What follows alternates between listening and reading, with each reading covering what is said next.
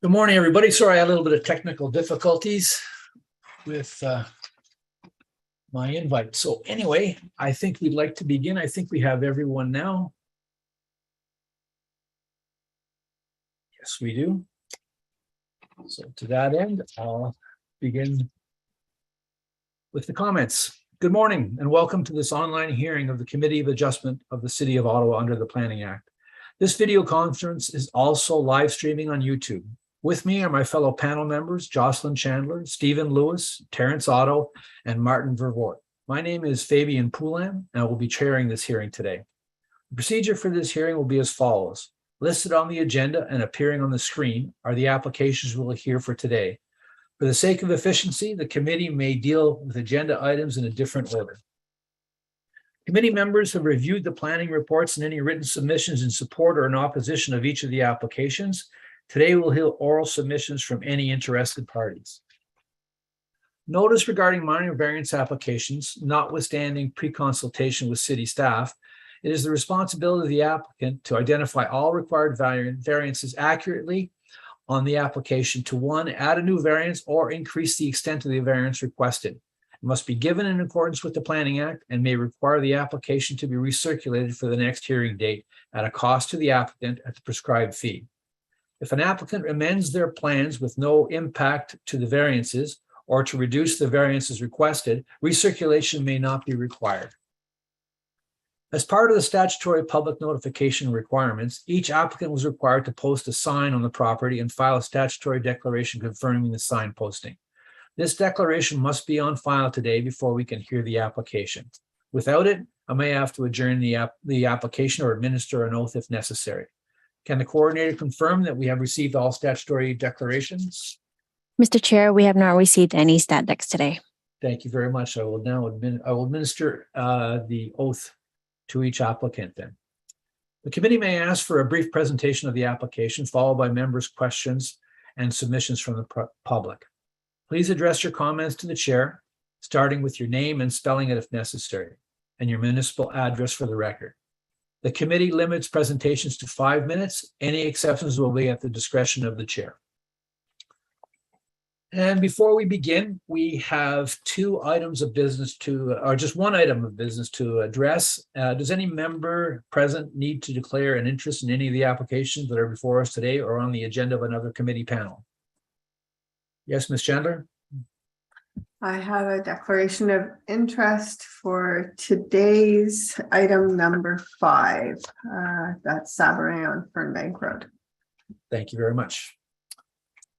We will now hear the applications scheduled for this hearing and deal firstly with any items that may be adjourned. Are there any items that need to be adjourned, Madam Coordinator? Mr. Chair, we have no items for adjournment. Thank you very much. Now so today's agenda, it will be modified slightly. We'll deal with, first of all, the change in condition having to do with 2760 Stagecoach Road first. And we will deal with item number 5, 6465 Fernbank Road last. And that's to accommodate Ms. Chandler and her conflict of interest. So therefore, I'd like to ask Ms. Zander, having to do with 2760 Stagecoach Road. Good morning, Ms. Zander. Good morning, Mr. Chair, committee members. I understand you'd like to change the condition. Yes, one of so your conditions. There's been a lot of discussion around this particular condition and a lot of back and forth with staff. I can see some of the staff on the call. One of my colleagues, Gary McLaren, just saw him jump in there, can answer specific questions. But the condition as written in the original decision had reference to some securities and some other requirements, insurance and other tasks, which for a number of reasons, staff and us and my clients have ultimately determined are not appropriate here. So we've proposed a revised condition, which I believe city staff are agreeable to. I can read it, but I assume you've seen it. It requires a revised MRIA and any recommendations that fall out of that to be implemented through a development agreement. And the references to securities and things have been removed from the condition. So Gary, I'm sure, can provide a lot more background if you need it, but I think the condition request is quite straightforward, the change in condition. Thank you. Okay, thank you. Mr. Harrigan, do you have any comments? And if you do have that change in condition, could you please read it into the record? Good morning. Sorry, good morning. Sorry, I cut you off there. You were about to ask something else? Yeah, I would just like you to read into the record the change in condition you would like to, that you and the applicant have agreed to. Certainly. So the proposed new condition is to be worded that the owners prepare and submits a revised mineral resource impact assessment to the satisfaction of the development review manager of the applicable branch within the planning, real estate, and economic development department or his or her designate. If the accepted report recommends specific mitigation measures or other requirements, the owner shall enter into a development agreement with the city at the expense of the owners and to the satisfaction of the development review manager of the applicable branch within planning, real estate, and economic development department or his or her designate, which is to be registered on title of the property, which includes those recommendations. The planning department does not have any concerns with this proposed revised wording. I know this application was heard multiple times by the Committee of Adjustment, and mineral resource was one of the main concerns that took a little bit longer to resolve. And the initial solution to that was the berms with securities and the tree plantings. The department's position really is to identify what the policy requirements are of the provincial policy statement and the official plan. The exact solution is really up to the applicant to identify.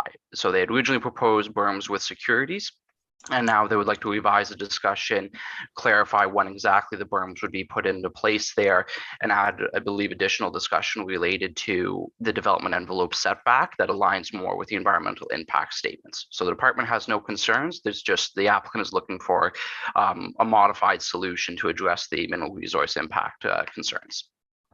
Thank you, Mr. Harrigan. Anything further, Ms. Sander? I don't have anything to add unless the committee members have questions. Thank you. Okay, thank you very much. I'd like to go to the committee now and ask them if they have any questions, comments, or concerns. Mr. Otto? No? Okay. Mr. Lewis? No concerns. Thank you. Ms. Chandler? None, thank you. Thank you. Mr. Revort? No concerns. I think we just have to confirm whether or not this is a minor or a major change of condition. And I believe, in my view, it would be a minor change of condition. So it wouldn't extend the 2-year period for fulfilling the conditions.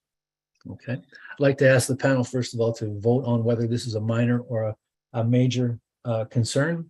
All those in favor of being a minor, please raise your hands. All those in, okay, it's unanimous. Thank you. So it's a minor, and we will now ask the panel for approval of this change in condition. All those in favor, please raise your hands. Your application has been, your condition has been modified. Thank you very much, Ms. Zander. Very good. Thank you, everyone. Now we will move on to items number 1 and 2, having to do with 1679 Stittsville, Maine.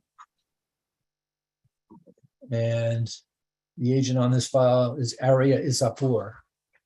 Are you available? Aria. I see your picture. I don't, you're muted right now, sir.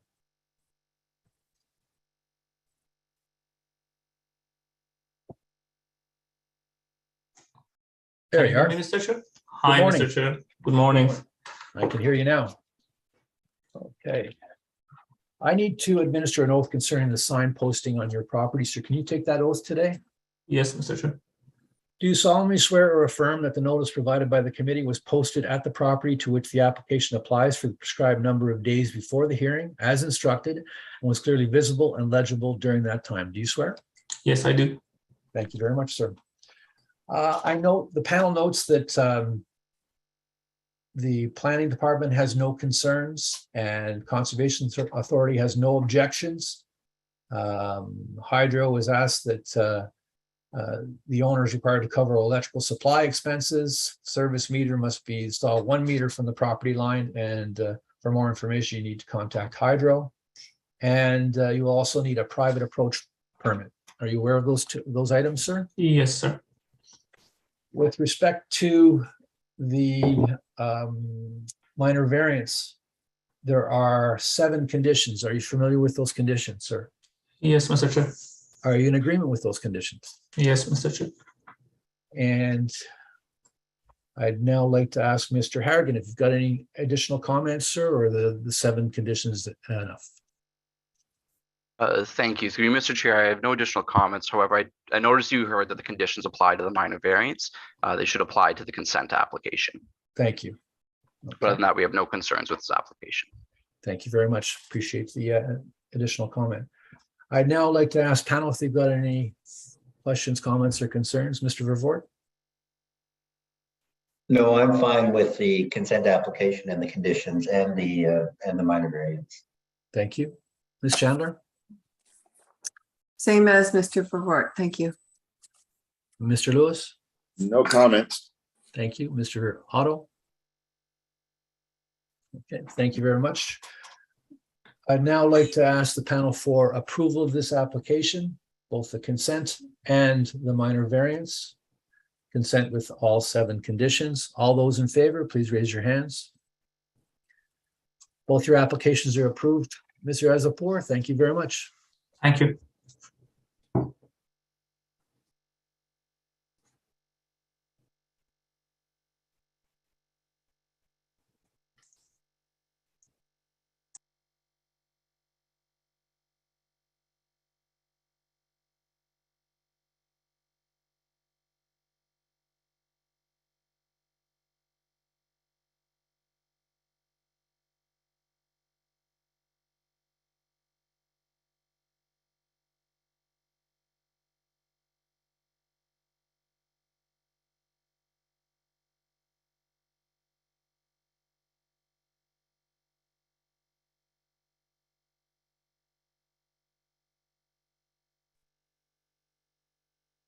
I had some technical difficulty. Okay, now I'm back on.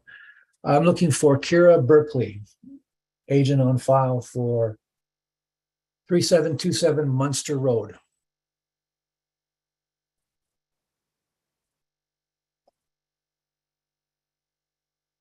I see your. Good morning, Mr. Chair. Good morning, Ms. Berkeley. I would like to administer an oath concerning the signposting on your property. Can you take that oath this morning? Client Steve Corrigan is here to take that oath. Thank you. Do you solemnly swear or affirm that the notice provided by the committee was posted at the property to which the application applies for the prescribed number of days before the hearing as instructed and was clearly visible and legible during that time? Do you swear? I do. Thank you very much, sir. Okay, so we note, the panel notes that planning has no concerns and conservation partners don't have any objections. Hydro Ottawa notes that the owner is required to cover electrical supply expenses. And here too, you will also be required to have a private approach permit. There are 6 conditions if this application is approved. Do you, are you aware of these conditions, Ms. Berkeley? We're aware of the conditions. We just have a concern with one of the conditions. Okay. That's the 4th condition, so that the owner must convey a 5 meter by 5 meter corner site triangle at the corner of Munster Road and Soldiers Line. So we're just concerned that we understand the importance of a site triangle. However, the proposed application is for the other end of the property, so Jock Trail and Munster Road. So there was no proposed building structure on the corner mentioned in condition number 4, and so it seems to be a little bit of an unnecessary cost and expense to the client. Okay, thank you very much. I'd now like to ask Mr. Kukkonen for comments. Good morning, Mr. Chair. Through you, the entire property is being developed as a result of this application. The application for conveyance is for both the severed and retained parcels, and that is the reason why the retained parcel is now deemed applicable for this site triangle to be imposed on it. And that is the reason we are requesting the site triangle on the retained lands. It is similar to the issue of road widening for the severed and retained parcels. Any further comments, Ms. Berkeley? No further comments. No. We'll Okay. accept the condition. You'll accept the condition? Yes. Okay. I would like to now ask the panel for any comments, questions, or concerns they might have. Mr. Lewis? None at this time, thanks. Thank you. Mr. Otto? Thank you. Okay. Mr. Vervoort? No comments or concerns. I'm in favor of the application. Thank you. Thank you. Ms. Chandler? No additional comments. Thank you. Thank you very much. Okay, now I'd like to ask the panel for approval of this application with all 6 conditions. All those in favor, please raise your hands. Ms. Chandler? Thank you. Your application is approved, Ms. Berkeley. Thank you very much. Thank you. Now moving on to item number 4. And item number 4 is having to do with 1254 Fairway Drive. Daryl Culver, are you available, sir?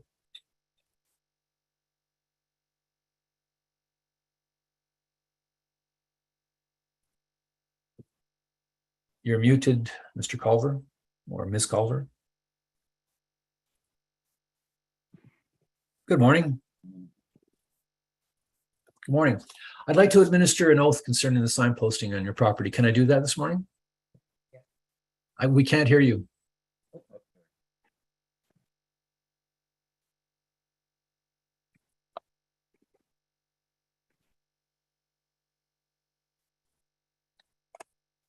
Can you hear me now? Yes, I can hear you now. Okay.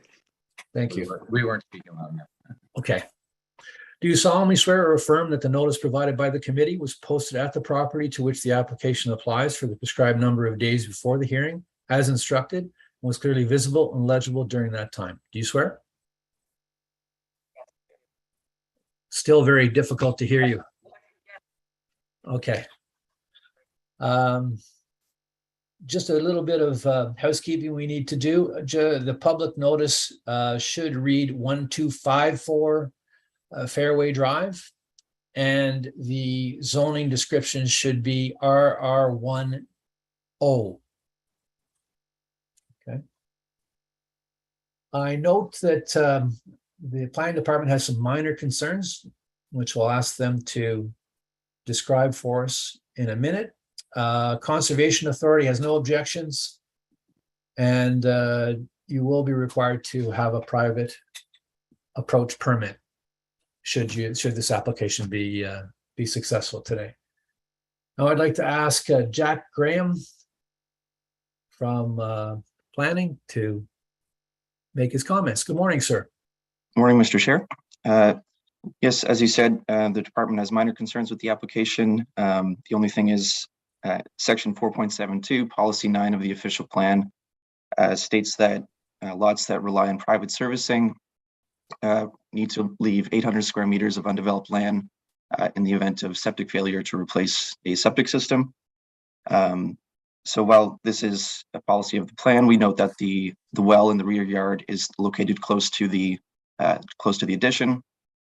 So the addition would not have any impact on the viability of a new septic system. So the 800 square meters would not be fully met. However, this addition does not impact that policy. So there's no, have you got a solution for this concern, or is it just something that you're just making note to us?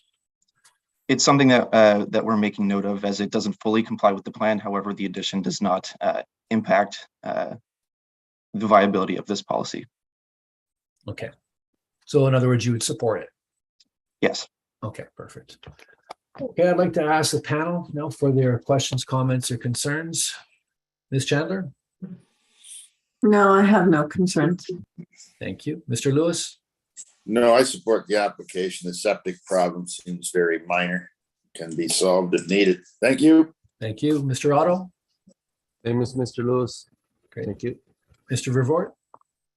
I note that the septic's in the front yard, and I don't think there's any issues with it, and the application meets the 4 tests under the Planning Act, so I'm in favor. Thank you.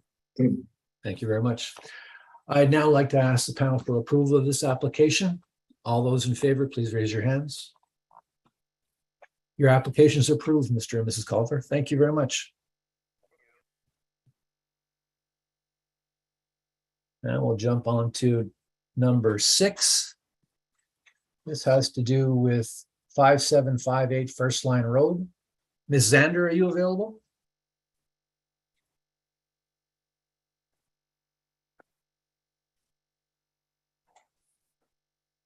Good morning again, Ms. Zander. Good morning again. A little bit of a lag there. Yeah. My staff, Chris Clark, has been the lead on this file, so I'm going to let him address the committee, and I'll be here if I need to jump in. Okay, thank you. Thank you. Mr. Clark, are you available to take the oath concerning the sign posting on the property? I am, yes. Do you solemnly swear or affirm that the notice provided by the committee was posted at the property to which the application applies for the prescribed number of days before the hearing as instructed and was clearly visible and legible during that time? Do you swear? I do. Thank you. So do you want to give us just a brief description of your application this morning, sir?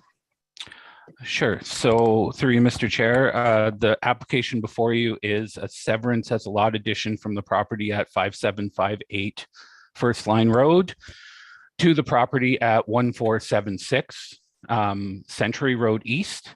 The purpose of the application is a technical severance to restore the property at 1476 back to its original configuration from 2007. In 2007, the lands to be severed now were added to the property at 5758 First Line Road. So in effect, the owner of both properties is the same person, our client. So he is severing one of his properties and adding onto the other one.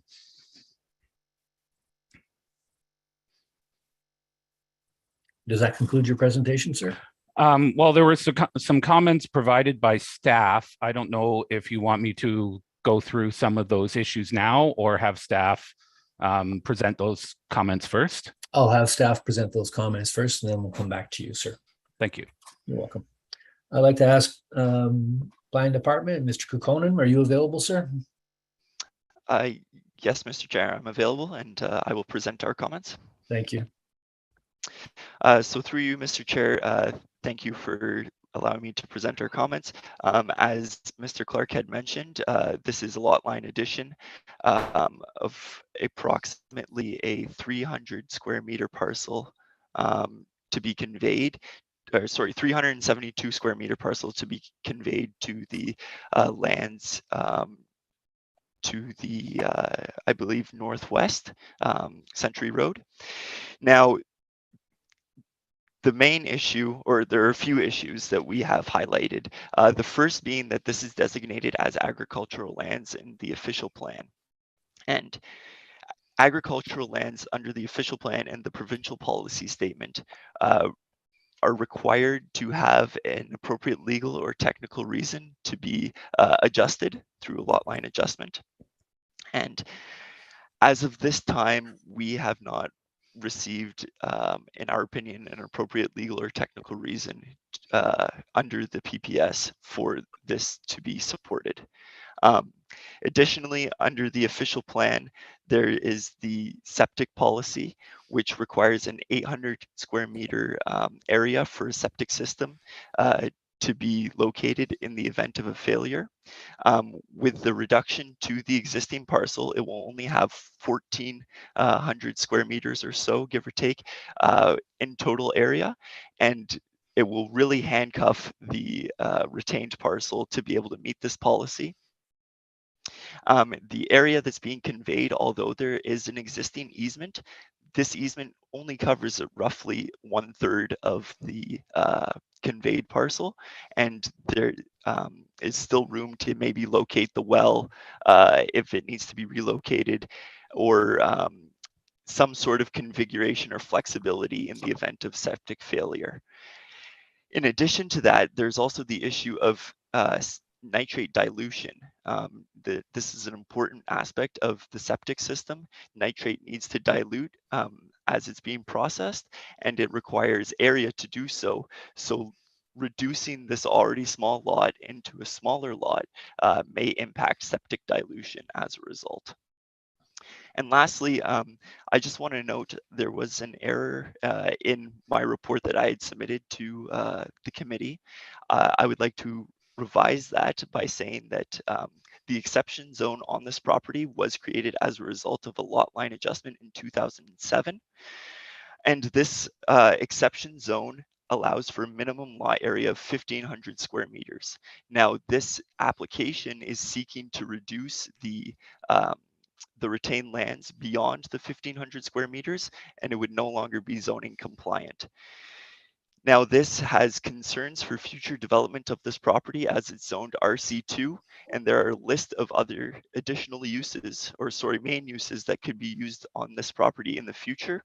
So further reducing this land may impact the viability for future development on this property, especially in terms of the private servicing requirements in terms of that. Thank you, Mr. Kukkonen. Mr. Clark, would you like to comment on his comments? Through you, Mr. Chair, I would. So as Mr. Kukkonen pointed out, it is in the agricultural designation. However, the property and all the surrounding properties to the west are all commercial uses, rural commercial uses. So this isn't a severance on agricultural fields. This is, even though it's in the agricultural resource area. The purpose for the severance is a technical reason. A previous owner severed the parcel at 1476 and took these pieces off and added it to 5758. The current owner of both wants to undo that severance. He feels that the lands are more suitable to be used by 1476 Century Road than they are the current subject property. The reason being is their encumbrance by an easement. They can't really be used for buildings or structures. The easement is right in the middle of the lands to be severed. So they're not really suitable for, maybe a small shed in the one corner. But other than that, there isn't a lot of benefit to a rural commercial lot from those lands. The well servicing the dwelling is located in the front yard. The lands to be severed are within 15 meters of that well. So the lands could not be used for a replacement sewage system unless the well were moved to a different part of the property.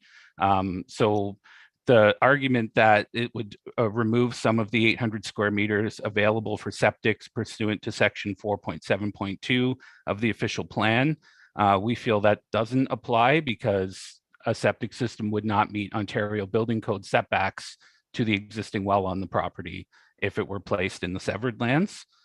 In terms of the exception zone, it was placed on the property after the previous lot additions in 2007, but a subsequent lot addition in 2019, which was done by the current property owner, our client, added an additional 300 square meters to the back of the property. This 300 square meters is not encumbered by easements and could be used for any replacement sewage systems. So we feel, even though the lot is being brought down slightly under 1,500 square meters, the addition that happened in 2019 adds more valuable land to the property that could be used for servicing to offset what would be lost or perceived to be lost by removing the severed lands with this application. So we feel, although the concerns have been noted by staff, I think overall, the intent of the overall zone is being met. We do realize we will have to rezone because we are slightly less than the 1,500 square meters. The proponent is willing to do that. And we will also have to rezone the recipient lot as it will be split zoned, and the proponent is open to that. So we feel that the consent is appropriate for the lands in question. Thank you, Mr. Clark. Now, there are 5 conditions should this application be approved today. Are you familiar with those and do you accept them? I am familiar, and yes, we do accept those conditions. Okay. Mr. Kukkonen, anything further? Through you, Mr. Chair, yes, I would just like to mention 2 last further notes. Again, I would like to stress that the lands to be severed can act as a nitrate dilution area, and this is a vital aspect of the septic system. The septic system does not have to be placed on these lands for them to contribute to nitrate dilution. Furthermore, in terms of the development of the property, the severed lands could act as a future parking area if this were to be converted to a commercial use. So to say that they do not have any function for the retained lands is, I believe, may not be valuing them in the fullest extent possible. Thank you, Mr. Kukonen. Any rebuttal, Mr. Clark? Through you, Mr. Chair, well, I'll note that since the lands were added in 2007, nothing has been done with the property. The lands in question have remained, a grassed area marked by a fence. They haven't been used by the commercial use on the property. I don't know the full details, but the proponent does have an interested party in 5758 First Line Road who would be looking to establish a use that would come forward through a future application. And that would be subject to the lands being severed occurring. So there is, interest in the lot. In terms of being used for parking, I don't know the rules for blocking or encumbering easements, but if Hydro ever needed to access their easement and a bunch of cars were parked there, is that going to create issues? I just feel like overall, the proponent and ourselves feel the land could be used a little bit more better for 1476 than they can be for 5758. Thank you, Mr. Clark. I'd like to ask the panel now for any questions, comments, or concerns they might have. Ms. Chandler. I have to admit, I am struggling to understand why we would reduce the size of this lot, given that it was recently increased. I'd like to hear what the other panels have to say. I'm sort of on the fence about this. The policies don't back up the adjustment. Okay, I'll move on to others and come back to you. Mr. Vervoort, any questions or comments? Just for Mr. Clark then, so just to be clear, the applicant would be willing to undertake a zoning bylaw amendment for the severed lands as added to the other parcel land for the retained lands as well. Is that correct? Through you, Mr. Chair, that is correct. Yeah, and for the legal or technical reason under the provincial policy statement, do you have a specific comment on how that requirement is met? So it's not really a legal reason. It would be more of a technical reason. And as stated, the property owner is the same for both properties. He owns a commercial business, which he operates on 1476. Based on what he's told me, a lot of the activity that happens on site is to the rear of the building, and there isn't much access around the side. Adding these lands brings in the potential for new access, which overall decreases some of the concerns with vehicles or people moving through the site. Not to say it will be used for an entrance or an access, but that's sort of what our client was looking at potentially using it for. Otherwise, again, the land has sat vacant since it was added to 5758, nearly 15 years ago. So, I would surmise that if it were usable or wanted by that property, it could have been used by now. So, our client has a plan for it and would like to move forward with the severance as proposed. And then just with respect to the retained lands, I think you indicated that the applicant might have a potential buyer for that property. Do you have any idea what kind of business would possibly be run out of that if it's converted from an existing dwelling? Through you, Mr. Chair, I don't want to get into too many details because I've only had a very brief discussion, but what I was told was there's a building to the rear of the dwelling, which was previously used as a rural commercial use. I believe that building is maybe just a pad now. He'd be looking to establish some type of a use, maybe a shop or something there. I can't say that the dwelling would necessarily be used as a rural commercial use, but he's thinking something with a little bit of parking to the rear of the dwelling, accessed by the driveway. Okay, thank you. Thank you. Mr. Lewis, any questions or comments? Yeah, I support the application with the 5 conditions. Thank you. Thank you. Mr. Otto? I support the application with the 5 conditions as well. I guess it's hindsight is 50/50, they never should have taken it.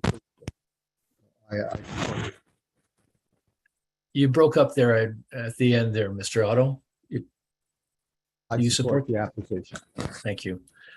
Now, Ms. Chandler, any comments? Yeah, I can't support the application. I just can't make the policies work in terms of the requirements for this. Although it's more of a lot line adjustment than a lot creation. But yeah, I think I will dissent on this. Okay, thank you very much. Now I'd like to ask the panel for approval of this application with all 5 conditions. All those in favor, please raise your hands. All those opposed? Thank you very much. Your application is approved. Thank you very much, Mr. Clark and Ms. Zander. Thank you, Mr. Chair. Have a good day. Thank you. Thank you. All right. Thank you very much, Ms. Chandler. We'll excuse you now and we'll deal with application number 5. Thank you. Application number 5 has to do with 6465 Fernbank Road. Mr. John Smith, are you available, sir?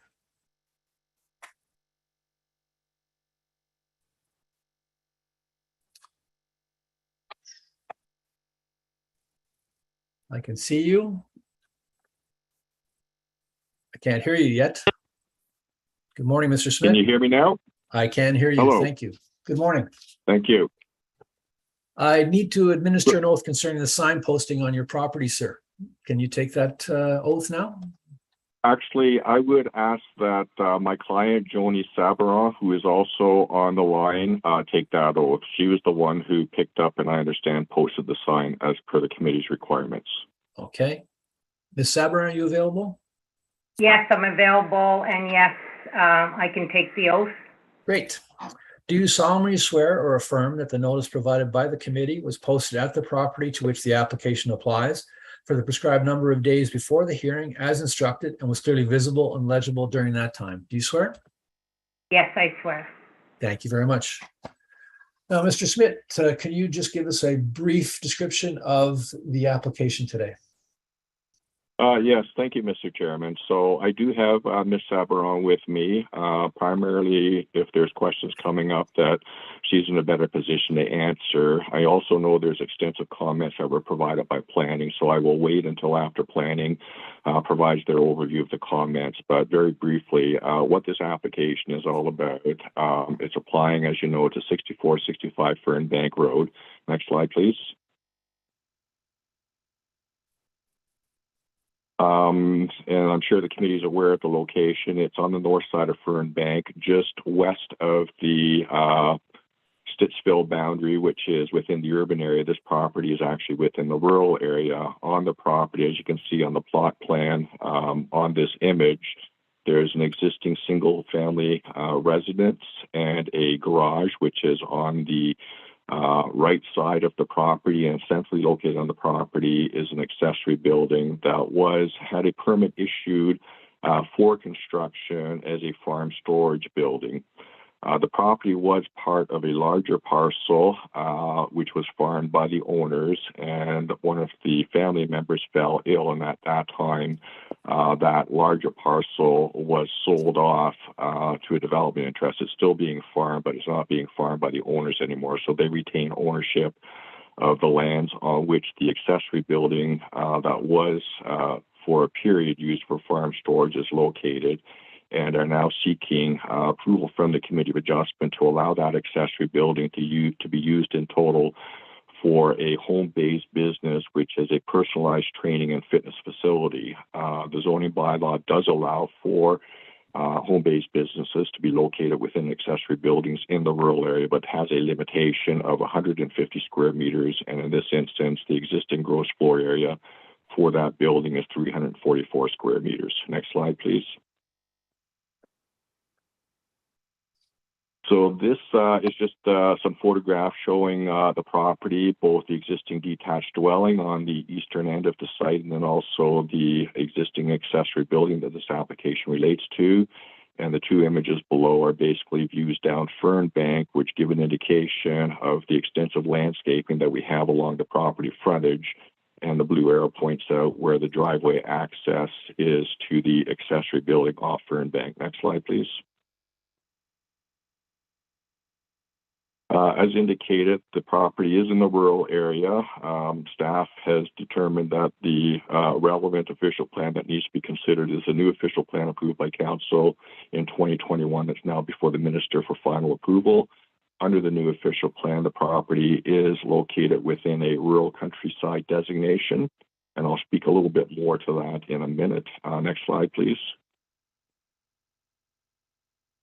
And it's zoned RU, rural countryside, in the city's comprehensive zoning bylaw. And amongst the list of permitted uses is a home-based business, subject to meeting the requirements of sections 127 and 128. It's noted that no other variances are being sought with respect to the requirements set out in 127 and 128. It's only the size of the use that's being requested to be varied to increase from 150 square meters in an accessory building to 344 square meters. Next slide.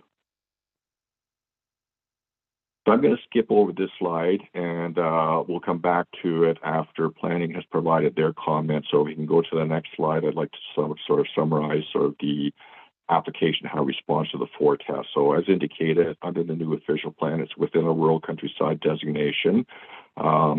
Section 2.2.2 of the official plan provides support for diversifying rural economic development. And it actually notes within that section that one of the challenges to business development in rural areas is the overly prescriptive provisions in place for home-based businesses. In this instance, we're seeking a variance on one provision for a home-based business, namely the size. Section 4.2.1 of the official plan provides that home-based businesses can be located where residential dwellings are permitted, subject to no adverse impacts. And in this instance, we have correspondence that have been provided to the committee from area residents indicating no adverse impacts. I would further note that the size of this business is very small. It can accommodate, it's got equipment to support 10 clients at a time, and generally there's not more than 3 to 5 clients on the premises at any given point in time. So it's a very small, family-oriented, community-focused type of a business. The zoning bylaw, RU, allows for home-based businesses as indicated. We're only seeking one variance from all the provisions associated with that use. The home-based businesses in rural areas can locate in accessory buildings, and that recognizes that rural residential lots generally are large and often have accessory buildings. It's noted that in the urban area, home-based businesses have to be located within the dwelling unit. That's not the case in the rural area. The other thing that's important to note, particularly under Section 128, which sets out several types of home-based businesses deemed suited to a location in a rural area, that practically could not locate within the building of the size limitation set out. Specifically, we've got car storage and recreational facility vehicle storage. So this clearly sets the stage to allow for consideration of variances to increase. Desirability provides effective use in an existing building. The approval of the variance will contribute to the rural economy. It provides a very unique, personalized, family-run, community-focused business. Only one variance is being sought, as I noted. There's no adverse impacts to the rural residential character or surrounding residential residents. And in fact, we note that the neighbors support this application. So that's the presentation, Mr. Chairman. Like I said, I've been more than happy to respond to comments as well as respond to the comments from planning staff. Sure. Now, I note that it's 344 square meters. That works out to be about 3,500 square feet. That's a fairly good size small business. And 10 people can easily fit into that, half that easily. Isn't that right? That's correct. And the equipment that's provided within the facility really can only accommodate 10 people at a time. So it's not of a size that would be equivalent to what, for example, you might find associated with a Good Life Fitness or a Movati. This is a very small scale, community-focused type of an operation, and clearly, as I understand, there might be 3 to 5 people or 3 to 5 clients that are using the facility during the day. They've got several training sessions that might accommodate at maximum 10 people. for the training sessions, but even generally speaking, it's less than 10 people. So yes, the 344, it's a good size, but it's a size that needs to support the nature of the equipment that's being provided and to provide for appropriate separation between the different stations. Okay, thank you. Mr. Harrigan, I'd like to hear your comments, please. Thank you. Through you, Mr. Chair, we'll provide my comments, but for clarification, the the minor variance application was for 446 square meters, not 336. So it brings the total size to 4,800 square feet, not 3,500 square feet. This is more than close to triple the size of what's currently permitted. So thank you. Through you, Mr. Chair, I will now begin with my comments. The planning department has significant concerns with this application, and we have had these concerns since we first started having these conversations in 2017. Our main concerns are twofold. First is that this is not a home-based business by the definition of the zoning bylaw or by the intent of a home-based business. And second, even if it was a home-based business, it fails to meet numerous provisions to make this appropriate. Our position is that this application should be refused, and if they would like to pursue the existing use, it should go through a full zoning bylaw amendment and be heard by City Council. And it, just as an FYI as well too, it is subject to site plan control due to the size as well too, regardless of the decision of this committee. So the first note is that this is not really a home-based business in an accessory use. So to give a little bit of information and history on this, in 2017, the applicant or the owner approached the planning department about constructing a gym at 446 square meters, it was about 450 at the time, in the rural area. We noted at the time that is not a home-based business. It would be subject to a zoning bylaw amendment and a site plan control. They left it at that, and 4 months, so that was in end of 2017, in April of 2018, the applicant went and got a building permit for a farmhouse storage building for equipment. Everything that I've read has said that that has not been a farmhouse storage building, and it was purpose built as a home-based gym. Mainly that construction took 2 years to complete. So after they started construction in April of 2018 and 2019, they went and got a septic permit and a well for this farm storage building, which has not been operated as a farm storage building. From looking at the applicant's own website that lists their story and history of where they've been, they clearly state that they broke ground in April of 2018 for an epicenter of fitness in Stittsville, and that it wasn't completed until 2 years because the father and son were mainly the two working on it rather than a professional contractor. And so it took 2 years in between their daily jobs to complete, and that they were only open for about 1 day before the pandemic hit. And this is straight from the applicant's website themselves too. So everything that we have seen here indicates that this has been purpose built as a gym and not as a farm storage building. Even through satellite imagery, you can see that there really isn't any pathways showing farm equipment going in and out to there. They have 2 bay doors which are located on the rear of the building. Again, no dirt pathways showing any connections to that too. Very clearly just purpose built as a home-based gym. And that's been through everything that I've seen. To continue on with that, this does not meet the definition of a home-based business. A home-based business is meant to be accessory or subsidiary to the main dwelling. Now, this gym has a separate entrance, its own private septic system, its own well, its own more than 1,000 square meters of parking available to it. Anyone who lives in that house would not know the going-ons of this gym, home-based business, and without being physically in the building. That does not meet any of the criteria for home-based business itself too, and very clearly does not meet those definitions. There are numerous other provisions that are of concerning for this one. For the home-based business, really they're meant to have a maximum size requirement, a permitted size of 150 square meters. Now, as the applicant mentioned, the official plan does note that there are some constraints on home-based businesses that really are meant to be considered, and maybe perhaps we do need to modify our zoning bylaw, but the size requirement is not one of them. And I can directly tie that into other policies that are good for comparison. Mainly these on-farm diversified use is kind of another element to home-based businesses that's meant to tie into farm buildings. Those are meant to be way more permissive than a traditional home-based business. And we have hard requirements saying you cannot go above 150 square meters unless you do a zoning bylaw amendment. So there's even precedent saying that you have to do home-based business, so that home-based businesses themselves really should have a zoning bylaw amendment if they go over 150 square meters. We've had another one on Milton Road where actually it was a home-based business that I believe was just over 300 square meters, which we did ask them to go through a zoning bylaw amendment to recognize the increased size. So there's precedent for that as well too. Just to continue on, I've already mentioned the physical characteristics of the building don't really indicate that this is a home-based business. Under the zoning bylaw, it states that home-based businesses really cannot become a nuisance to dust, traffic, noise, parking requirements.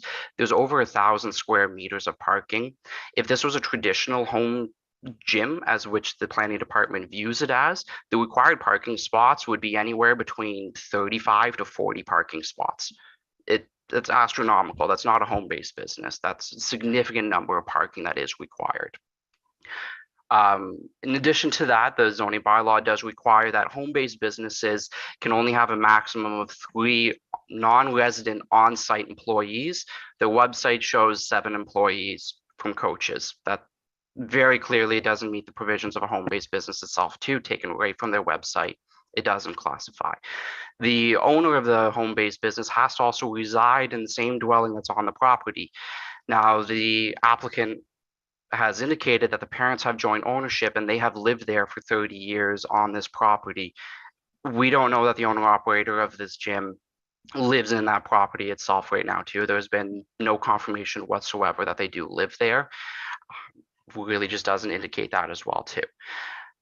The other main concern as well too is what they're proposing for the outdoor space, that pavilion or pergola. Though it isn't subject to this minor variance application because it doesn't classify as a gross floor area of a home-based business, that is directly abutting the large bay doors. And you can see this in their diagram elevation drawings that the applicant has provided, that that pavilion really is an extension out of the rear of the building with those bay doors are. It's completely reasonable to assume that it is meant for outdoor fitness area and outdoor recreational activity. It's completely evident that you could easily just wheel out equipment or just have any type of outdoor recreational space, and that is explicitly prohibited in the official plan, stating that it cannot be permitted unless you go through a zoning bylaw amendment too. Everything about this application says that it's not a home-based business, and even if it was, it fails to meet numerous provisions here. This application really, for even to be considered, should go through a zoning bylaw amendment, a full zoning bylaw amendment, which we told the applicant in 2017 before they went and constructed the building for whatever it may have been used for intentionally. We told them it has to go through a zoning bylaw amendment, have proper consideration by city council, and it requires site plan control as well too. Okay, thank you very much, Mr. Harrigan. Mr. Smith, you wanted to have an opportunity to rebut some of the comments? Yes, thank you, Mr. Chairman. If we could put the slide presentation back on and the slide specifically dealing with response to staff comments, that would be appreciated. So I'll use that as a frame of reference, but Mr. Harrigan also made some other points I'd like to respond to. So first off, the OP clearly does allow for home-based businesses subject to no adverse impacts. And there's a presumption that the issues will have adverse impacts. And I think, as has been indicated in the correspondence provided to the committee by neighbors, they find the use to be incredibly quiet, unobtrusive, and as I indicated, the number of clients that are served at any one point in time within this facility is quite limited. We've got maybe up to 10 people. There's equipment to be able to provide accommodations for 10 people to take advantage of the facility. And generally speaking, during the course of any given day, you don't have any more than 3 to 5 people on site outside of when the training would be occurring. I think it's important to acknowledge section 2.2.2 of the official plan, which clearly provides an emphasis for diversification of the rural economy. And it clearly identifies that the provisions set out in the official, or that home-based business provisions are in fact a challenge to having home-based businesses established. Again, we're seeking relief from only one provision. All the other provisions set out in the zoning bylaw we're not asking for relief from, so those will be met. And again, as I indicated before as well, under the zoning bylaw, there are uses that are acknowledged as appropriate home-based businesses that practically cannot locate in a building of 150 square meters. And again, these are uses such as a vehicle storage, recreational vehicle storage, and so on. They practically can't locate within a building of 150 square meters. So clearly, even the zoning bylaw acknowledges that certain types of uses might require some relief. And in fact, that's what the Committee of Adjustment is there for, is to provide relief, and allows for site-specific considerations to be given where the application is deemed to be appropriate and suited to the property. There's a reference that Mr. Harrigan made to a requirement that anybody seeking to increase the size of a home-based business in an accessory building in the rural area has to go through a zoning bylaw amendment. I'm not aware of anywhere where there's anything specifically that states that. The reason the Committee of Adjustment, as the committee knows, is in existence is to give consideration to variances from many, many types of performance standards that are set out in the zoning bylaw. And I would suggest that the committee clearly has within its purview the ability to give consideration to an increase in gross floor area that can be occupied by a home-based business. To suggest that the only way that this could be achieved is through a zoning bylaw amendment when there's nothing anywhere that indicates that, I think is undermining sort of what the legislation is all about by making allowances for applications to be made through the Committee of Adjustment. Mr. Harrigan indicated that the pergola can be considered somewhat of an outdoor recreational use. And the comments that were provided talked about section 9.2.2. I note 9.9.9, which is incorrect, so I'd like to correct that. But not really speaking to uses such as camping and tourism uses and sports fields. The pergola is an amenity to the home-based business, and to suggest that it's a use on its own that gets captured under section 9.2.2 is really, I think, stretching what the intent of section 9.2.2 is all about. The pergola is not sort of critical to the home-based business. It's really being provided as an amenity. There's a further indication that Mr. Harrington provided that the use might not meet the definition of being secondary and subordinate to the residential use of the site. The rural residential use is first and foremost, and the only reason that the home-based business is located on the site is because the business is owned and operated by the property owner and their family. It wouldn't be there for any other reason, so it clearly fits within the notion of what is contemplated in the context of home-based businesses, both with respect to the official plan and the zoning bylaw. Mr. Harrington further suggests that the use should be considered a recreational athletic facility, in part because it has some characteristics of this use, but more specifically because of the size, which Mr. Harrington has a concern with. And again, this position really fails to recognize the true nature of the business as providing a small family community-focused service in the rural area to support fitness and health, and again, to reemphasize all the other standards regulating the use, effectively limit it from becoming a full-fledged commercial facility like you would find with a Good Life Fitness or a Movati. So only one variance is being requested. In terms of concerns of impacts, again, really there is none. None has been experienced. Operation by a third party. The business is owned and operated by my client and their family, and is really located here because the property is owned by my clients. And really and truly, the size of the facility and that it shares some characteristics with an athletic facility should not be the determining factor as to whether or not the variance is desirable or minor in nature. As I indicated, this is actually contributing in a positive way to rural economic development. It's small, it's a small type of an operation, and it's got absolutely no impacts on either the rural residential character of the property or adjacent residential properties. Thank you, Mr. Smith. Mr. Chairman. Thank you. Yes, Mr. Harrigan.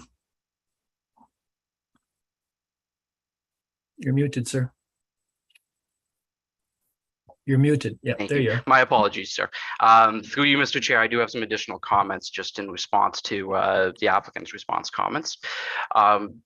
Just to know, when the comments was raised about the requirement for rezoning, the applicant is correct. There are no requirements explicitly stating that increases to home-based businesses require a zoning application.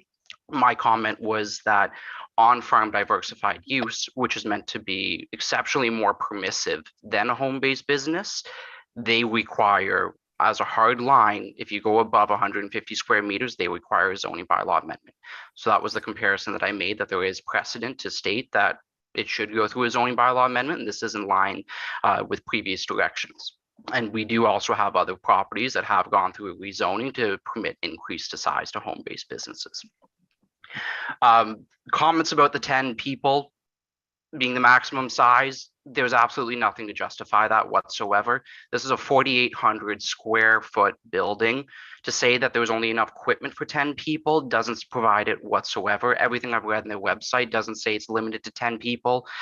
There's no pictures showing the inside saying it was 10 people. They had my comments from last week. They could easily provide pictures saying that it's meant to be small scale. They have not done any of that. There's no rationale whatsoever, justification to say it's limited to 10 people. This is almost 450 square meters. It is more than double what the existing house is. It can hold a lot of people in there. And to say its equipment is limited to 10, there's no evidence whatsoever for that. The comment about how it's zoning compliant with every other aspect of the zoning bylaw, we disagree with that. There's more than 3 employees on site. That's evident just from their website themselves. So that is not zoning compliant. We also do not know whether the owner operator lives there. We know the parents have lived there for 30 years. We don't know if the owner operator still lives there themselves too. So potentially 2 other issues with the zoning bylaw that they do not adhere to at this point. The comment about the outdoor recreational activity, the official plan is really quite clear, and it just says outdoor recreational activity. The home-based business is for recreational activity. I don't understand the comment by saying it's not a recreational activity as defined by the official plan. It's used for fitness, which is a recreational activity. If it occurs outside in that pavilion, that is now legally an outdoor recreational activity, which is not permitted unless you go through a zoning bylaw amendment. That's abundantly clear. In terms of secondary to the dwelling, again, this is more than double the size of the main house. It has its own private approach connecting to it. It has tree buffers from it, has its own septic system, its own well, and more than 1,000 square meters of parking. It's actually around 1,200 square meters of parking available to it. Nothing says that this is, or indicates even slightly that this is secondary to the main dwelling. Everything that we have seen here, that my colleagues have seen, management has seen, right from 2017 until today, has indicated this is not a home-based business. This is a fully functioning gym at nearly 5,000 square meters with capacity to hold a significant amount of people, enough for about 40 parking spots worth of people is what the size is permitted to use. This requires a full zoning bylaw amendment. Thank you, Mr. Harrigan. I think just to correct, it's about 500 square meters, close to 5,000 square feet. Yeah, sorry, it's 446 square meters, which comes out to 4,800 square feet. Yeah, okay. All right, and now I'd like to ask the panel for their comments or questions. Mr. Lewis? Thank you, Mr. Chair. I guess my comments to the applicant is, it looks like the city's going to block you every chance and every opportunity they can get on this one. Whether you can put up a tent, do the same thing and not have to go through the process is probably an option. Or do you even want to do business in the city of Ottawa? I don't know, but it's just, you're a stalemate here. And I don't think there's any use in me trying to support the application because it looks like a road to nowhere. Thank you. Thank you. Mr. Otto? I guess I have a question. There seems to be a lot of history in this. This building was built supposedly as a farm. Mr. Otto, we can hardly hear you. It's built as a farm storage building. Is that better? Yes, it is. Okay. And my understanding is that farm storage buildings would not be able to accommodate people to the extent that they're planning it to accommodate them. Have built to certain specifications. Would you clarify that? Because if it hasn't been built to certain specifications, you're going to be in big trouble if you do happen to get this thing up and running and something happens. So that's one question, but I'm similar to Mr. Lewis. I really don't think I can support this the way it is, but maybe the applicant could answer through the chair as to whether it meets human occupancy requirements, the way it's been built. Mr. Smith, can you answer that question? I'm not sure I completely caught what Member Otto was talking about, but I sort of gleaned something about the number of occupants that would be, or the number of clients that could be served within the building. And I know that Mr. Harrington made a comment. I mean, the fact of the matter is that the building accommodates equipment.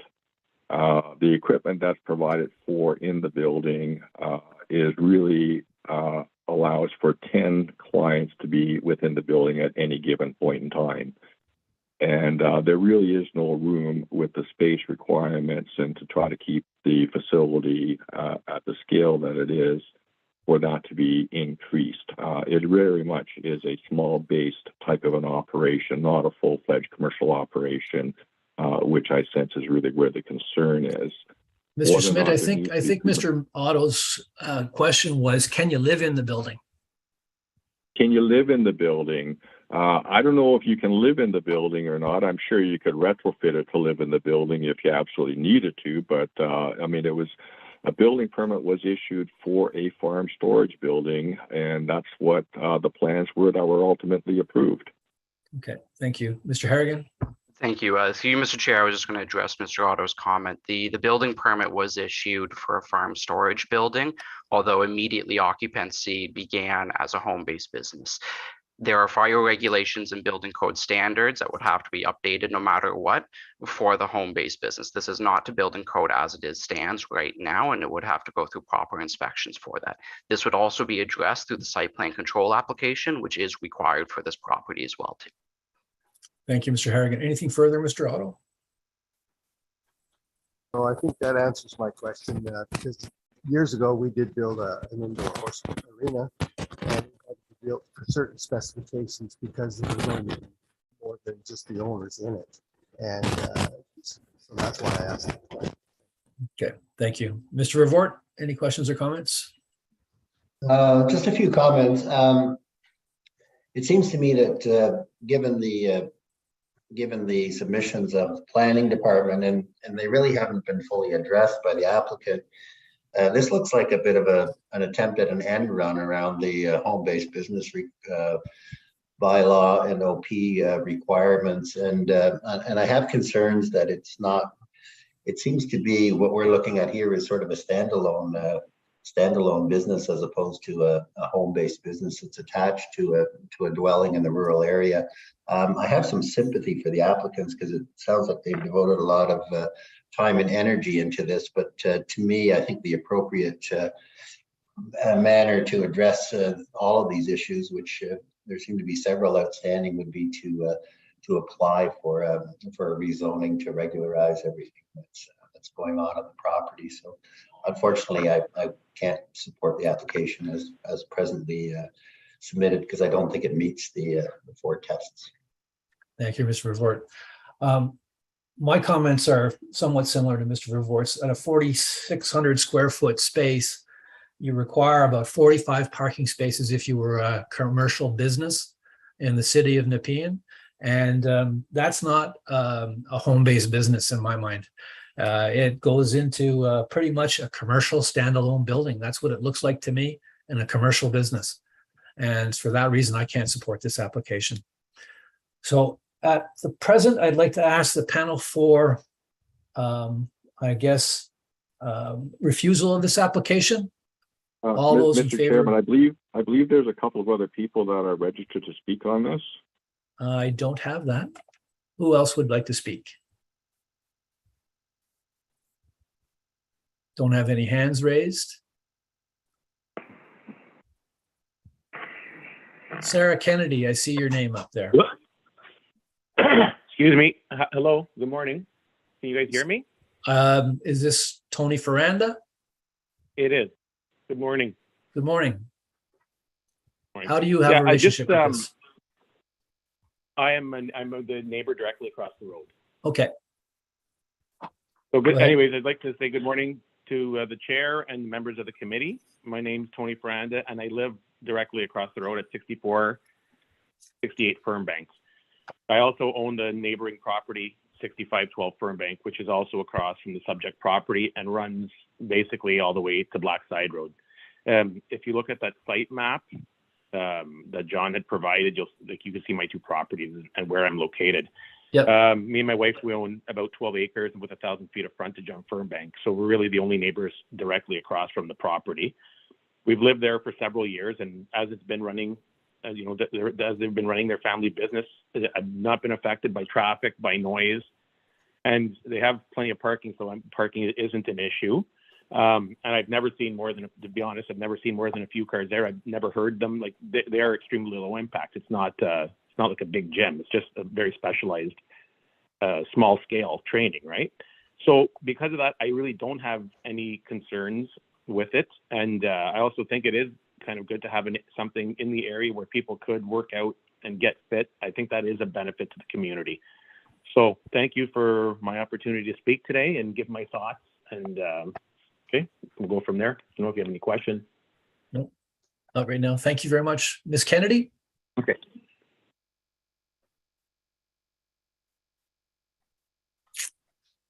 Ms. Kennedy, I see your hand up. You seem to be unmuted. Hello? Hello? Yeah, I can barely hear you. You're not probably close enough to your mic. Can you hear me now? Barely. Hello? Very, very shallow. How about now? No. Better? No.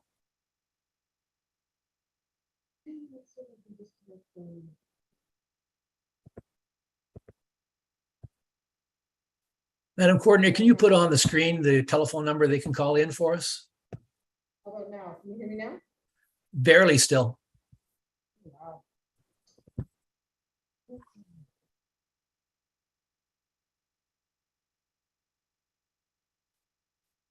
I'll have the coordinator put up the telephone number you can call in on the screen.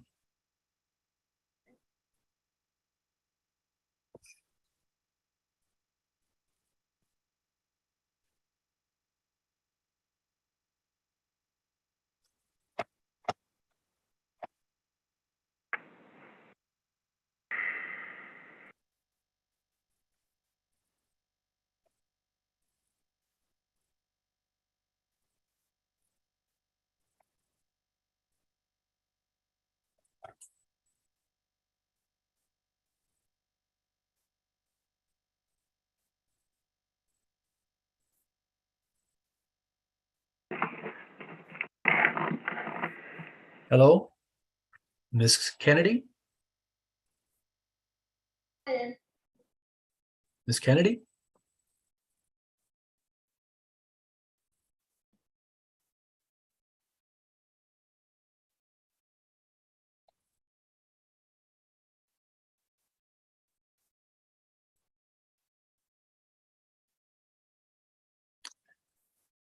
Ms. Sabra, I see your hand up. Yes, I'd like to speak about this too. A couple of things that people are assuming, I would like to clarify. Yes, in 2017, we did check into building a personal training center and realized that we couldn't financially do it with the policies and that arised. We had already had a plan, plans drawn up. We had the lumber already purchased because we're pre-planners. And when we realized we couldn't do that, we went to Plan B. We definitely needed more storage on the farm for our hay wagons and our tractors, our bobcats, our loaders. So we built a farm storage shed, a hayfield beside our home.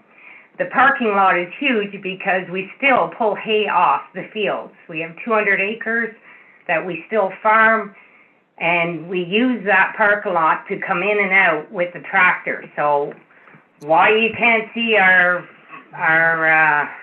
tracks is beyond me, but anyhow, it gets farmed, it gets used, we still use it to get in and out of the fields and that. Anyways, then we had unexpected, terrible, devastating news about my mother, and everything changed. My mom ended up selling the farm. We sold most of the farm equipment, and we no longer farm it ourselves anymore.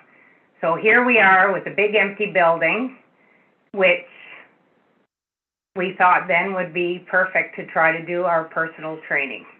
All we do is help the public. We serve them by doing personal training. Never is there any more than 10 people. It's usually 3 to 5 people in that building at one time. I don't know where you guys get some of your information. There is only 3 coaches on the payroll. So I don't know where you're getting some of these numbers or some of this information, but it's not correct. We've helped so many people recover, especially from the pandemic, that's all we're trying to do is help the public. And now you're going to put all of us out of jobs by doing this. The building is built top quality because that's the way we do everything here. It's the way we built our home, that's the way we built our garage, and that's the way we built our gym. So I don't know why this is such an issue. We're only here to help people get healthy and stay alive longer. Thank you, Ms. Sabran. Ms. Kennedy, are you available? Would you still like to make some comments? Can you hear me now? Very, very faint. Yeah, sorry about that. I don't know what's wrong with my microphone, but if you can hear me, I'll just say that I'm a member at the Sabran Family Gym at Fernbank Road. I'm a professional who lives an extremely busy life, and the gym allows me and my family the convenience and the caliber of training that we may otherwise have to travel outside the city to receive. The community at the gym and attention we receive is essential to our health and well-being, especially during COVID times. And I know I'm not alone in judging by the number of professionals that attend this gym. The small class sizes, and I'm with Joni, there is never any more than 10 people in that gym at a time, and most classes are 3 to 5 people. And they provide us one-on-one focused training that we just can't get from other gyms around. And if any one of you guys would come to the gym, you would know that that's the case. That's all I have to say. It's unfortunate. Thank you, Ms. Kennedy. Mr. Harrigan, you have your hand up. Thank you. Through Mr. Chair, I was just going to clarify a few points. There was a comment by the applicant about where we got our information from, particularly for the number of coaches. I'm just on the applicant's website right now, and I see 5 coaches, 1 client success manager, and an online coach as well too. So 7 employees just straight from their website themselves too. In terms of the purpose built itself too, their website right underneath their story, their history says that this was purpose built. They did dig ground in April of 2018 with the purpose of making it the epicenter of fitness in Stittsville. Again, taking 2 years to build. Everything from their website is just indicating where we got our information, in addition to the other research that I've done, but this is from their own words themselves. Thank you. Ms. Sabran, last word to you. This is actually Joni's son, Sam, the head coach. So I'm not a planning expert, so I'll do my best to kind of articulate our position. At the end of the day, just to kind of make a brief point. So I moved back to Stittsville in 2017, moved in with my family after a good friend of mine's father passed away from stomach cancer. And, I just wanted to move back to my community to help. We started training people out of my parents' garage. the small 1,000 square foot space. And the goal with that, again, was just to help my family, help my community. 1,000 square feet, my parents' garage got a little bit tight. We looked at the application for building a bigger space on our property, just like my grandfather had done when he bought the farm from Mr. and Mrs. Stitz in the 60s. I just wanted to continue our family tradition of, being on this land and working on this land. When we got denied the application, my mom is absolutely right. We needed more space for farm storage equipment. The way I liken it is when the city decides to build a new subdevelopment, they have road attachments, they have water attachments. Why do they have those? They have those for the future. Our goal was to one day, we didn't know when, for the time being, we were working out of my parents' garage and I was happy there. But again, with the way the COVID pandemic went, the idea of having people squished into a 1,000 square foot space was no longer tenable.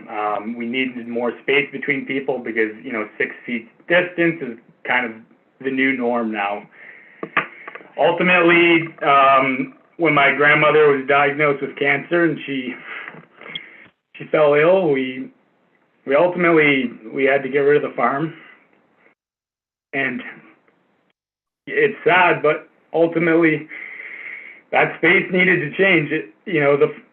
The farm's no longer what it was, but we didn't want to just let go of the space. We didn't want to let go of the farm. Ultimately, we want to continue to help people just like my grandparents did, and ultimately we wanted to use that space to make a better community, to help people like Sarah, to help people in Stittsville, not go down the road my grandmother went down, or to at least delay it as much as possible. So when she passed, we decided to ultimately try and use that space for good and not just let it collect cobwebs. As for the way we did it, again, we had our eyes on the future. Did we know when that was going to happen? No. Did it happen sooner than all of us wanted? Absolutely. I would trade that gym for a second to have my grandmother back. I would. Not what it's about for me. It's about helping people, and that's all we're trying to do here. That's all it is. And I understand the city has regulations, it has policies, it has things it needs to do. I get that. But we're just trying to help the community live longer, better lives. And so I understand. I don't want you to think that we were trying to manipulate the city. We were trying to work our way around. We're just a small business trying to help people.